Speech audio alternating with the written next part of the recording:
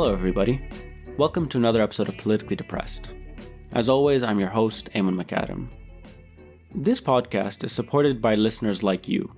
If you've enjoyed these episodes and the work that I've been doing, consider heading over to patreon.com/firethesetimes to make a donation of as little as $5 a month. It'll help this podcast grow, as well as the project around it, which supports many other podcasts from and for the periphery. Becoming a member of our Patreon also gives you access to a lot of really cool perks, such as an invitation to our monthly hangout, where you'd get to meet me as well as all the other cool creators of all the other podcasts, as well as early access and exclusive content. If you're unable to support us through Patreon, then there are still other ways that you can support this podcast. You can leave a review or a 5-star rating wherever you listen to this episode. And yeah, I think that's about it. I hope you enjoy this episode. Today's episode is going to be a little difficult for me. Like with all my episodes, I hope that I make at least one coherent point. I've been feeling especially raw today.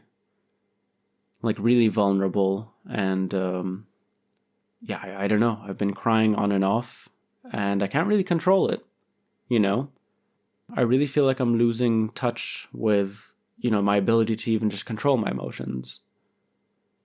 I've also been feeling this really sharp pain in my heart, which is like literally heartache, but it feels so intense and it immobilizes me and I really can't do anything. I found myself like laying down for an hour, unable to do anything. This isn't what I want to talk about. I mean, I'm sure you can tell from the title that this is going to be a very different podcast in terms of what I've already talked about, but I just wanted to put you in the sort of a disclaimer, I guess. I don't know, shit's just fucked. Shit is fucked. I mean, from Gaza and the West Bank and southern Lebanon and Syria and northern Syria and Sudan. I don't know. It's too much. The only time that I'm able to just do stuff, like I'm not saying go out and party, I'm saying just do the dishes, I'm saying go do groceries, I'm saying go to a store or something, is when I'm kind of avoiding it, avoiding thinking. And the problem with that is that the more I avoid, the more painful it is once it comes back into my mind, I had this experience a few years ago where all of a sudden, this is like a few years ago, but I was just sitting, I was on my computer, and I realized, I haven't thought about death for like 4 months. And then it destroyed me. Because there's that feeling of like, I could have died and I wasn't prepared. Or someone could have died and I wasn't prepared because I didn't think about it and I didn't process it. And so it's that like rushing back. And so I find myself kind of sitting, watching something, doing something, and then I remember, people are starving in northern Gaza, that they're being starved, that there's this ongoing genocide, which many are calling just like Holocaust-level atrocities, They really do seem to want to kill all 2.4 million of them. And nothing's stopping them, and no one's stopping them. And the US, which is just, it's not just a supporter, this is their genocide too. God, I don't know. I don't want to get into this. Like, you all know. It's just, so where I've been at vis-a-vis all those things is that I feel useless. And I think one thing where a lot of us are avoiding is confronting that uselessness. For me, a lot of things end with death, or like are connected with death. I do not want to die. It is an inevitability, however. And the only way that I'm going to like deal with it and confront it is to accept the fact that I am incapable of changing it, or of stopping it. And I'm not saying that's the case in terms of like engaging in protests and like pushing for a ceasefire, pushing for an end to the genocide. I'm not saying, genocide is inevitable. That's definitely not what I'm saying. But there's a certain level of impotence that I think we're avoiding confronting that doesn't have to be that way. As in, that exact impotence that I'm describing isn't an inevitability. Okay, I think I jumped way ahead of myself. The reason that I've been thinking a lot about this these days is that it has been about, 139, 140 days of genocide, and it's not stopping. And there have been massive protests around the world, and they don't seem to be doing much.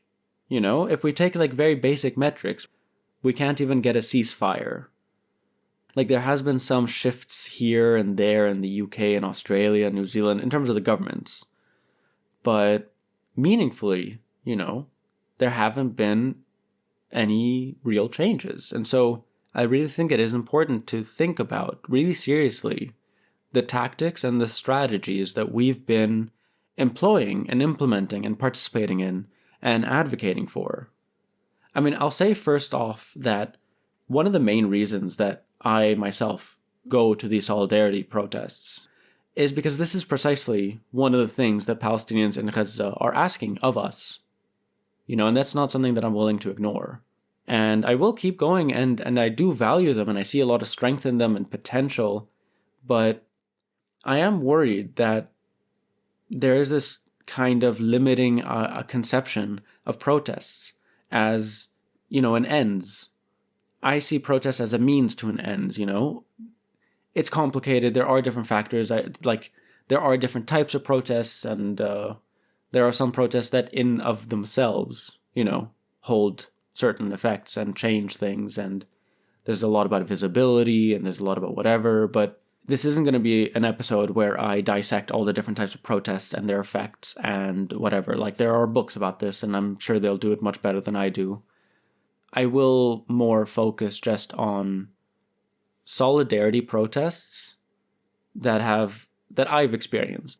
Especially it's something that's kind of new for me because, I don't know, the protests that I've been to in Lebanon were anti-government protests, I've been to some solidarity protests there, but again, it's very different because protesting in solidarity with Palestinians in Lebanon is very different than protesting in solidarity with Palestinians in Europe.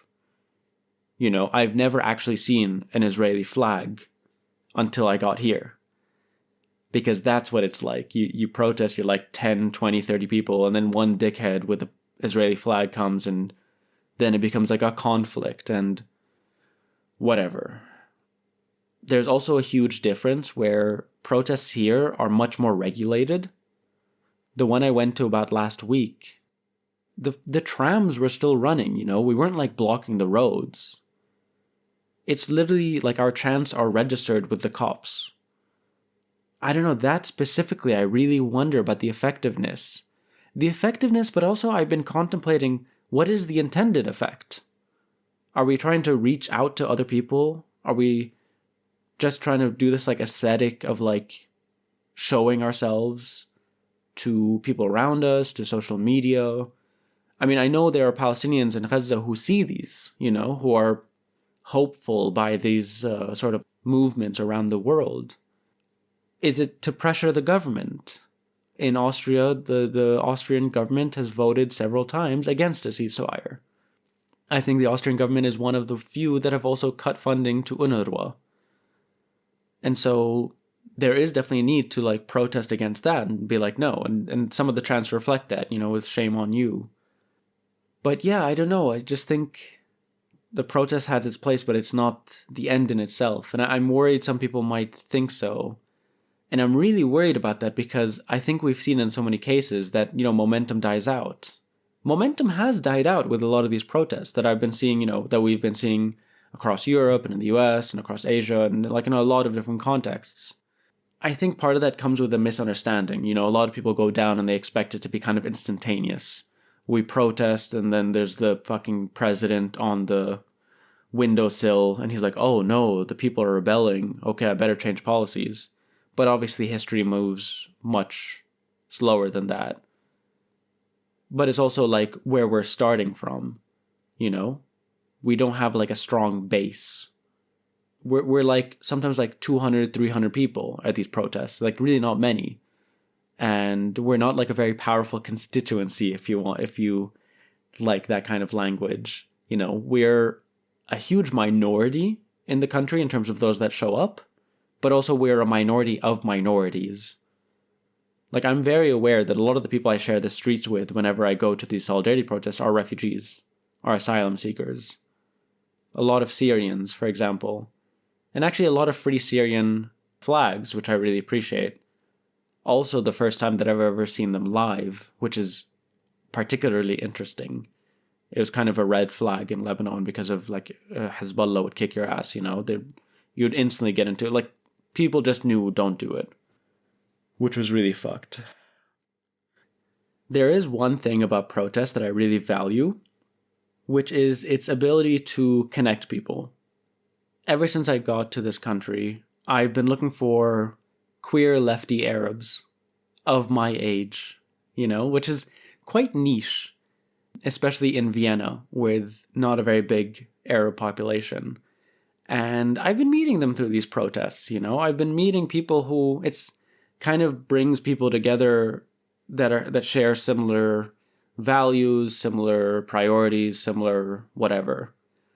And I mean, like, there is definitely like a kind of social factor in terms of the loneliness and the feeling of I'm the only one that feels this way in the city, but then I go to these protests and no, I'm not the only one. But beyond that, I think the real political work that needs to be done, not just in solidarity with Palestine, not just in terms of pressuring the Austrian government to change its policies to whatever, but in general, in terms of political work against patriarchy, against capitalism, against imperialism, needs more than just protests. And it is the kind of post-protest thing. You meet, you gather, you sort of get to know each other, and then you do the actual work of organizing, which, again, is really complex and really based on respective contexts and like specific whatever is happening and where we're talking about. And even in the ones that I am a part of, I have no idea. I mean, I'm really worried about the word organize because it's kind of one of those words that you hear a lot, but what does it mean? But I don't know, what I kind of do, a thought experiment I have, is I pick something that is a good thing, that I think is a good thing. And then I think about and I research, how did that come to be? Because there's this common notion that I really subscribe to, which is that power never commits suicide.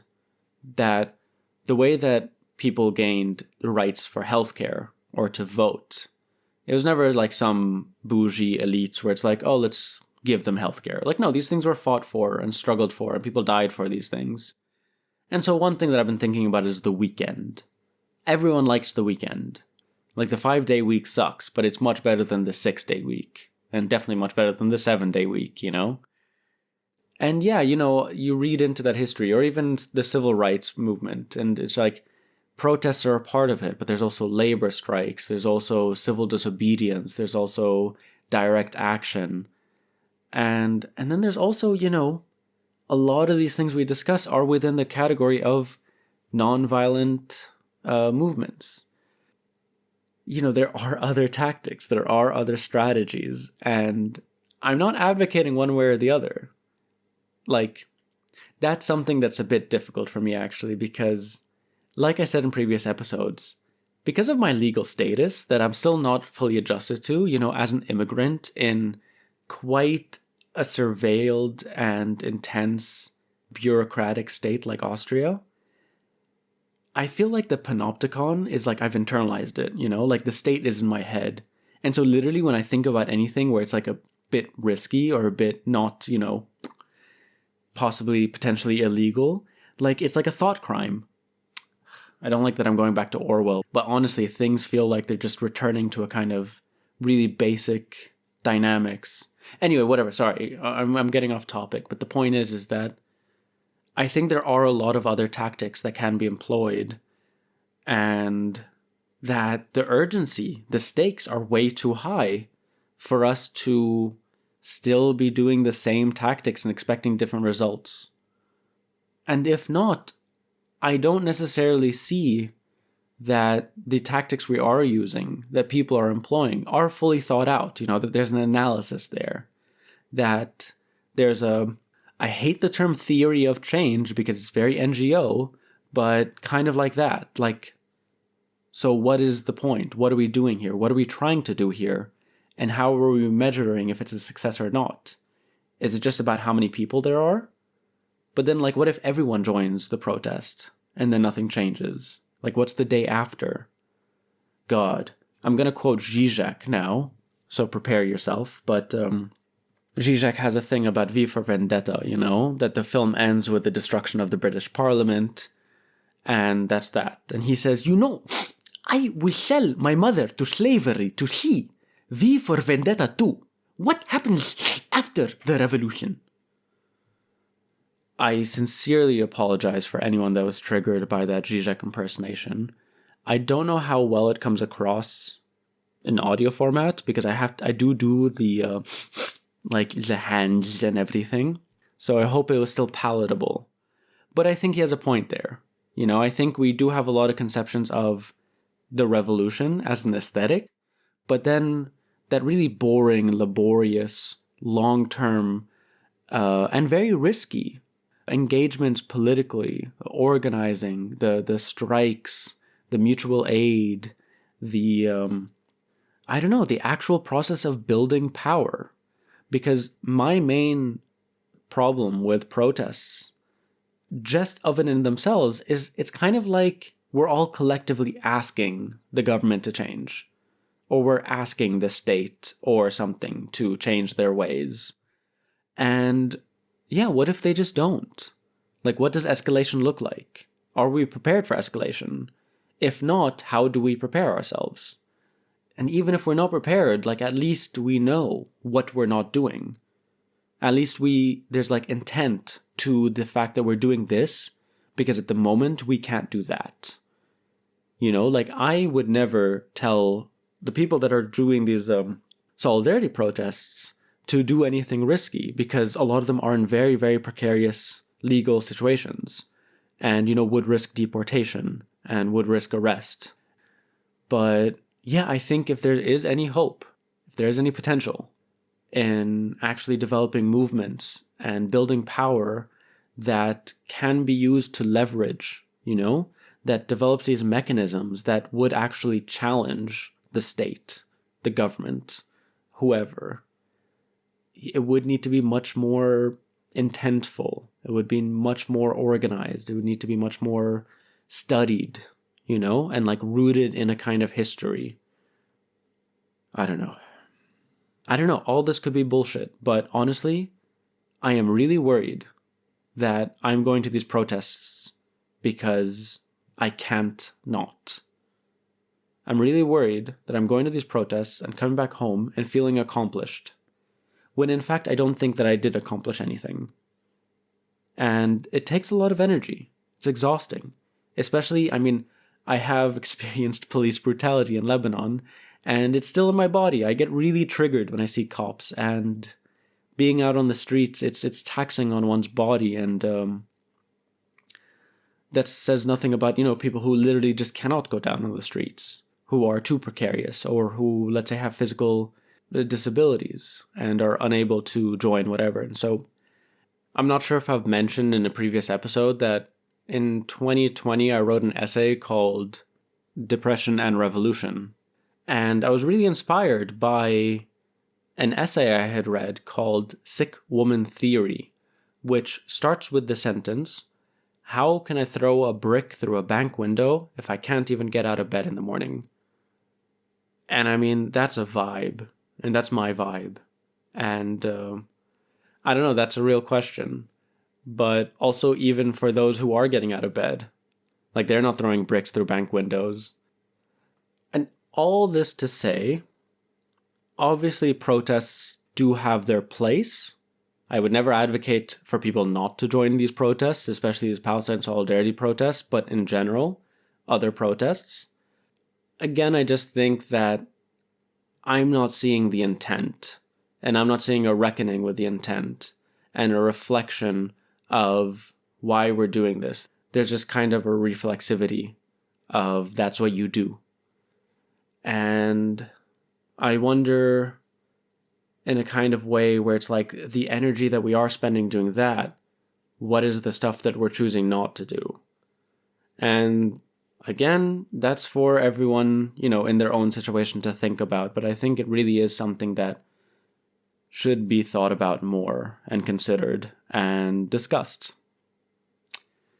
So that's been another episode of Politically Depressed. I hope you've enjoyed this episode. And again, if you want to support this podcast, you can do so by heading over to patreon.com/firethesetimes and make a donation of, as I said at the beginning, as little as $5 a month.